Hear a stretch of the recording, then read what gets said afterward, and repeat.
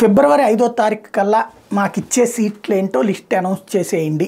ఇది పవన్ కళ్యాణ్ గారు నాదెళ్ల మనోహర్ ద్వారా తెలుగుదేశం పార్టీకి పంపించినటువంటి డెడ్ లైన్ అన్నటువంటిది ఒక పరోక్షంగా అందుతున్న సమాచారం. ఇది ఎలాంటి ధృవీకరణ కాని సమాచారం.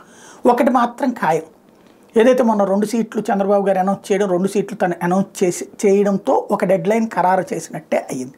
ఏంటి అంటే, ముందు సీట్లు తేల్చు, అభ్యర్థుల సంగతి ఎవరు వాళ్ళని తేల్చుకుందాం. నా పార్టీ తరపున ఎవరు అభ్యర్థులు ఉండారో నువ్వు డిసైడ్ చేయదు, నీ పార్టీ తరపున అభ్యర్థులు ఎవరు ఉండాలో నేను డిసైడ్ చేయను. సీట్లు మాకేమిస్తావు, నువ్వేం తీసుకుంటావు అన్నటువంటి తేల్చి చెప్పేసేయి అన్నటువంటి.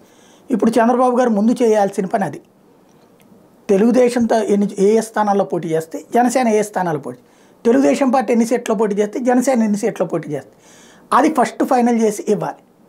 అప్పుడు వ్యవహారం నడుస్తుంది. వాస్తవంగా మనం పత్రికల్లో వన్ సైడ్ రాస్తూ ఉండడం వల్ల మర్చిపోతున్నాం. కానీ ఇద్దరూ కలిసి సభల్లో పాల్గొవాలి. కదలిరా సభలన్నీ తెలుగుదేశం చంద్రబాబు నాయుడు పవన్ కళ్యాణ్ కలిసి పాల్గొవాలి. కానీ ఒక్క సభలో కూడా పాల్గొలేదు పవన్ కళ్యాణ్. ఓన్లీ అప్పుడు ఏదైతే లోకేష్ పాదయాత్ర ముగింపు సభ అది కూడా ఫస్ట్ పాల్గొనమన్నారు. మళ్ళీ చంద్రబాబు గారు మాట్లాడాక ఆయన ఆ సభలో ఆముక్కే చెప్పేశారు కదా పవన్ కళ్యాణ్ గారు, బాబు గారు ఈ మాట అన్నాక నేను వచ్చాను. మామూలుగా అయితే ఆయన నడిచాడు కాబట్టి ఆయనకే రావాలి ఇక్కడ క్రెడిట్ అంతా, మళ్ళీ నేను వస్తే ఆ క్రెడిట్ లోకేష్కి రాదు కాబట్టి వద్దన్నాను. కానీ బాబు గారు ఇది వేరే సంకేతం వెళ్తుంటే వచ్చానని ఆయనే చెప్పారు కదా, సిన్సియర్గానే చెప్పారు కదా. ఇంకోటి, ఇక్కడ ఏమీ తేల్చకుండా తెలుగుదేశం సభలో రోజు తెలుగుదేశం జనసేన చంద్రబాబు నాయుడు గారు జపం చేస్తున్నారు. కానీ పవన్ కళ్యాణ్ అక్కడ ఎందుకు రావట్లేదు?